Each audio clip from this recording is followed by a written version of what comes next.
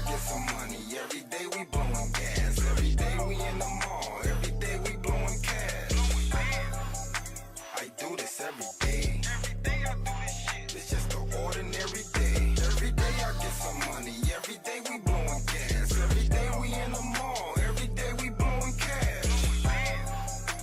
I do this every day. Every day I do this shit. It's just an ordinary day. Hey, yo, what up? It's your boy Face from Flight School TV, and I'm here with CRYPTIC Apparel. If you don't know, you're about to find out who these guys are. So can y'all introduce yourself to the audience? Absolutely. I'm Kurt Marks, the founder and CEO of CRYPTIC Apparel. I handle all the creative graphics for all of our clothing and come up with the concepts and kind of the brand messaging for CRYPTIC. Okay.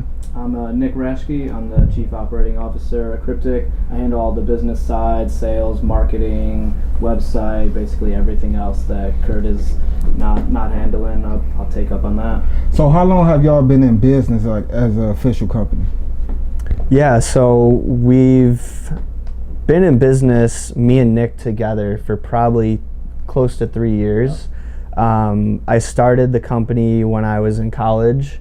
I went to Illinois State University. Oh, nice. And I started by just printing like bootleg shirts of like, I do like zombie bulls and like kind of like weird stuff. And word on campus kind of took off like with the tees, and I was selling out. So I wanted to have like a theme, like a concrete theme for a clothing line. And at the time, I was very into like aliens and conspiracy theories, and like starting to like read books on the occult and like aliens are real. Aliens are fucking real. Dude, we did a whole podcast on aliens and shit with some dude. That shit was crazy. Man, I'm interested in that shit. Just by the way, I'm also interested in that. I believe in that shit. And aliens are fucking real. So you started. You was in college and you wanted to come up with a theme. Exactly. And so, how did you get to? I noticed that you do a lot of Egyptian work. So, how did you end up there? Sure.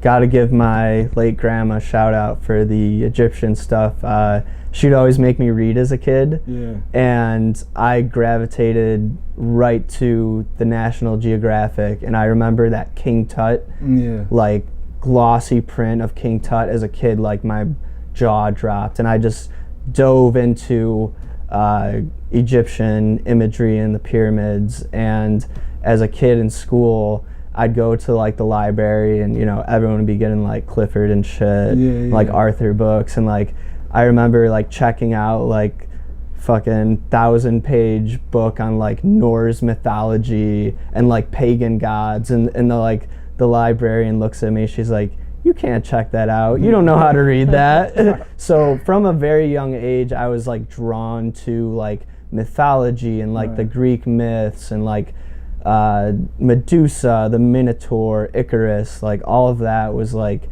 superheroes to me as a kid. So you basically took things that you was already fascinated in and was like, you know what, I'm doing this clothing thing. Let me just take what I naturally already love and like and incorporate that into my clothing line. That's pretty dope. So at what point in time, like you said you started in college and you started off printing just like regular t-shirt, bootleg tees, and then you came up with the theme. At what point in time did you like realize that you was gonna like be fully invested in the actual clothing line? Because I wouldn't say that you're a t-shirt company, because you actually got everything. Like you got hoodies, you got like sweatpants, you got shirts, you got hats, you got literally everything. You actually a clothing line. Yeah. So at what point in time did you see the change from I'm just gonna do shirts to like I'm gonna do the whole layout? Yeah, that's an awesome question. When Nick came on board, and I kind of wanted to touch on, Nick coming on board was a big evolution for the brand, because everyone in college, they love the shirts and the art, but they're like, Kurt, you got to learn the business side, man. Yeah, like you're not a business guy. So Nick was doing his paintball company at the time, really sharp. He's like my only buddy who was like really doing the side hustle, like Yeah. not caught up with like sports and like, you know, other like distractions. And Right. like he was just, I want to like start my business. So we would meet up and we'd be like in his garage, like working on our laptops, like Smoking, drinking on like Yeah. a Friday night. Yeah. We actually went to high school together, and then Mhm. like we separated at college. Like I went to Western, he went to ISU, and we still like kind of kept in touch because we were both running businesses. It started the same year in 2012, and then after college, like we would just meet up on Fridays, you know, smoking and drinking. And, like he was asking me all these questions with business, and I was like, yo man, like I can help you here. Like yo, come be a part of my business and let's blow this the fuck up. So, and that's when I came in and I was like, all right, you've got dope fucking graphics. Like grab me. I was like, damn, I don't know anything about any of this shit, but they're dope. People that walk down the street, Yeah. they're gonna love this shit. So I was like, sure. all right, let's do everything that we can. He was showing me like all his graphics. I'm like, dude, this is fucking lit. Like we can do t-shirts, shoelaces, Yeah. everything. But it took a long time to get there. Because that's one of the things, like when I talk to you guys, when we message each other, that's one of the things like that made me was like, you know what, I gotta do this interview because like what you was just saying, like how the graphics just catch your eye. I'm like, man, this is dope and it's different. Mhm. Like so many people want to do like the hype beast type thing. Mhm. It kind of seemed like y'all was like, okay, that's cool, but I'm gonna go this way. Yeah. And that sparked my interest. Like just from looking at you guys' designs and everything, I'm like, wow, it's kind of dope. Appreciate So, like, you guys eventually met up. Well, y'all knew each other for a while, but y'all went in business together. Then, what would you say was your first moment that you would say like of success? Like you would look at it and be like, man, that was the first moment that I was like, damn, we onto something. Definitely, man. So I did right when me and Nick were kind of just meeting up after college, I did a limited sale on touchofmodern.com, and it was like a flash sale where it's like 5 days, people buy as many of your shirts as you want, and then you fulfill the order, print them, and ship them out. So I was working in the West Side in Garfield Park for this company, Babel Tees, and they had like a little print shop in their basement, so I got to use their gear. And so I was like, you know, I'll sell a couple t-shirts, you know, maybe like 20. Yeah. And I remember the first day that they were for sale, I got like the numbers back on the back end. I could see the purchase, and I logged into my phone and looked at it, and I was at like 150, 200 shirts within the first day, and I like was on the highway stuck in traffic, and I remember just getting goosebumps like, yes, like people actually dig this stuff. So I'd say that was like my major like first win that got Nick's attention, like, hey, we can actually make some cash with this as like a business. I think we sold like what 600 shirts in like 4 or 5 days. Yeah. We were like, all right. That's We weren't a known something. brand either. We were just brand new brand. It was just the graphics were captivating. Yeah, they are. They really are. So, like, is there like I noticed that you got a lot of. I see the Egyptian thing.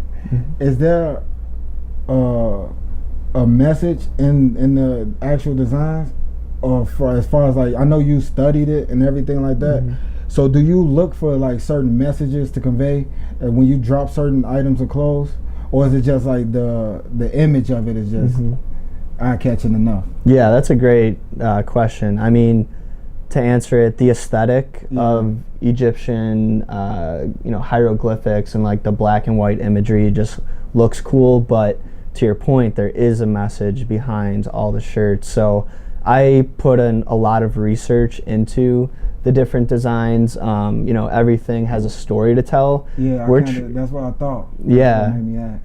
We're trying to tell this this powerful story that dates back to like the dawn of time. So like my inspiration behind CRYPTIC is actually from the Bible, and I call it a drive-by quote because it's such an important scripture in Genesis that people just flip through it. But those couple lines really tell this crazy story of kind of humankind, and CRYPTIC is somewhat influenced by the fallen angels kicked out of heaven. So at the time, Lucifer and the angels, they rebelled against God, and God was like, get the hell out of here, you're banished to earth.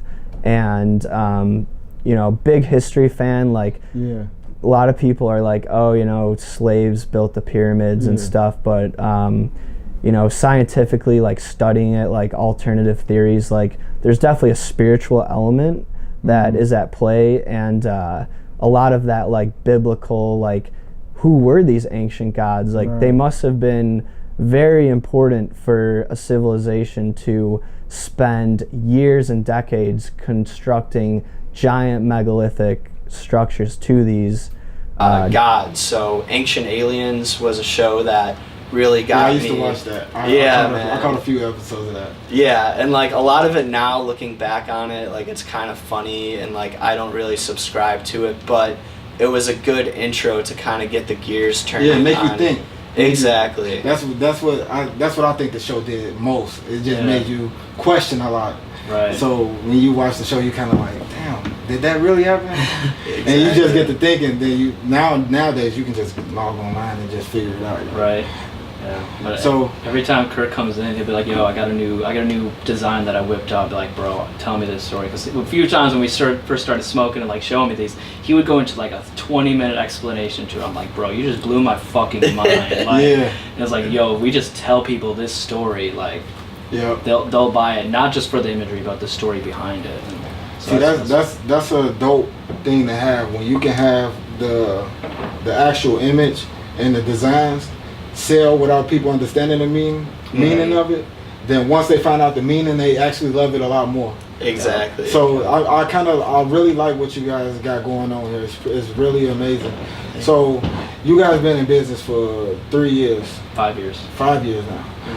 What would you say was like some of the challenges that you experienced early on that you guys kind of like, okay, I learned from that, I'm not doing that again? So what was some of those experiences that you guys had? I think from a production standpoint, it's like you'll never know what sizes are gonna fucking sell. Like we started off with like girls will do small, like we'll get smalls for the girls, so we'll get 8 of these, we'll get 10 mediums, and then now like 2 years back it's like, damn, we're still sitting on fucking smalls from 3 years ago, so now we don't even do smalls. So like that was a pain point of like, now we have all this just sitting cash that's just dead that we have to like sell. So that was like a pain point. Figuring out how to market it was, so luckily like we're digital marketers in our day jobs like before this, so like we learned how to do that side. But there's a lot of people that don't know how to do that, and even us, it's like hard to grasp that and make it like an actual profit on that. There's so many. We're always failing and learning. So that's I always ask that question because of that. Because it's a lot of people that's trying to, hey, you know what, I'm gonna print out shirts today and I'm gonna start a business, but not knowing it's a lot of stuff that you're gonna experience. It's gonna be a lot of growing pains. It's not just as simple as like, oh, I got this good cartoon, I'm gonna draw it, I'm gonna print on the shirt. Right. Like that shirt might not sell. Exactly. Or you like you said, like this is something I experienced, like ordering the wrong sizes. Especially when you start off, you like, I want 10 of these, 10 of these. The next thing you know, like 6 months later, you're like, damn, I'm still sitting on sitting on all these smalls. I'm still sitting on all these extra smalls. Yeah, dude. And wondering why they're not selling. But that's something I always ask, because a lot of people not knowing how hard it is to maintain a brand in a market where everybody think they can just get involved. Right. So the fact that you guys been in business for 5 years deserve to be saluted, because that's not something that's easy. It sounds like it is, but it's a lot of stuff that you experience, like, damn, I took a lot of losses there, I took a lot of losses there. And it seems like y'all figured it out and y'all on the right path. Like, I wouldn't say we figured it out though. I think like even people that have made it, like big brands, like I've seen interviews with them, they're like, dude, we're still going through like because like, the market is always changing. Exactly. You never really know. You can't really just sit back and be like, yeah, I got it all figured out, because it's always changing. Exactly. But I would want to know. This is a question I always ask. I always ask this question. Like with the state of fashion right now, and the sneakers and everything combined, you guys are a Chicago brand, so this is a question that I always ask Chicago brands, because you guys are actually in the field and y'all understand the question. Do you feel like Chicago get the respect it deserves as far as like fashion and pushing the culture forward? Fuck no. Hell no. I think it's really hard because they're not a fashion city. Right. They're like by known stance, but a lot of other cities like copy our fashion. Or Yeah, you see it all the they'll time. influence, or they'll start here and they'll go to California, and then they'll blow up in California. It's like Right. all of your influence is actually from Chicago. Yeah. But you don't make it big in Chicago. Like nobody's even claiming Chicago. Yeah. Like, you know, like Virgil claimed Chicago like a few years ago with RSVP, and they're still here, but they're not that well known anymore in Chicago. Like people know them for sure, Yeah. but like the young kids don't know them. Right. Like they're not keeping that brand name. So, but it's also difficult here because this is a huge sports town. Like people like to do sports and drink. Like Yeah. they don't go out looking for clothes. They don't want to look fresh. Like LA, New York, and Miami, they buy clothes so that they can stun on other motherfuckers. Right. But not here. They're like, oh, I got my Cubs shirt. I'm good. Yeah, well, I kind of see that, but I think it's slowly starting to change a little bit. A little bit, yeah. Yeah, it's starting to change a little bit. How do you feel about it? You know, obviously repping Chicago, you know, in a lot of our gear, and it's been one of our goals is to be known as the hometown hero streetwear brand from Chicago. You know, you have all this street art and all this talented musicians, but you just don't have that brand. And you know, you said the biggest challenges earlier. Before you're figuring out sizes and you're figuring all that bullshit out, Yeah. you got to figure out your brand. Yep. You know, I used to print different color shirts and like had, you know, yellow shirts and blue shirts, and like once you get data on like, oh, black sells, and then, you know, just doing black and white, the duality of good and evil. You know, Yeah. that's the theme of Cryptic, and getting all these graphics from around the world. Like all these civilizations have things in common. So we want to package like ancient Greece, Rome, you know, China, all that ancient symbology, and tell our story how all of this connected. And Chicago is very rooted in like mysticism. Like there's a lot of like fraternal like organizations here, and the buildings, the architecture, like Masonic Yeah. symbols, and a lot of like culture from the ancient past Yeah. in Chicago. So it's like, I describe it as like Gotham. Like I describe Chicago as like, it's not sunny and it's not like a happy place. It's like, it's definitely got its grittiness, it's got darkness, and that's kind of where I tend to dwell, is in some of that darkness, like But balancing your inside sides. that darkness is unique stories like you guys, where it's like the media will highlight so much negative things that's going on, but on the flip side, that's what Flight School TV is here for, to show the world like, okay, yeah, you see those headlines, but it's guys like you that's also from Chicago that are success stories that the city can be proud of, you know. And I feel like you guys deserve to get recognized in that way, because what you guys are doing is like pioneering a different look as far as like what the city is already known for. You guys are creating a different look, bringing a different meaning to the surface, and I definitely feel like more people should be aware of what you guys are doing, because it's pretty amazing. So, Appreciate I it. mean, Thank you. as of right now, if anybody in our audience was like watching this interview, like, damn, those some cool guys, man. Like, I want to support that movement. Where can they find you at? Awesome. Yeah, great question. So we're on like Instagram every day. Dre, definitely give them your Instagram. Yeah, so it's, our tag is at Cryptic Apparel, CRYPTICAPPAREL, one word. One of our things we're working on now is getting more content that we can start posting and engaging with people a little bit more. We're also on Pinterest, Twitter, Facebook under that same handle. But our URL for our website, you can order all of our gear.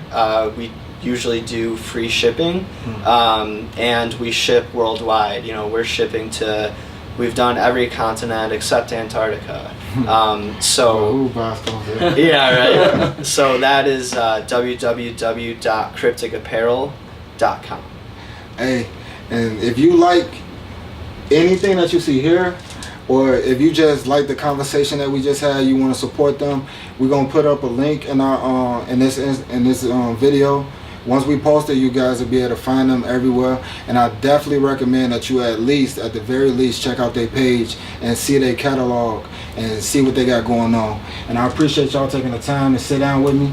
Let's face with Cryptic Apparel, Flight School TV, man. We out. Flight School.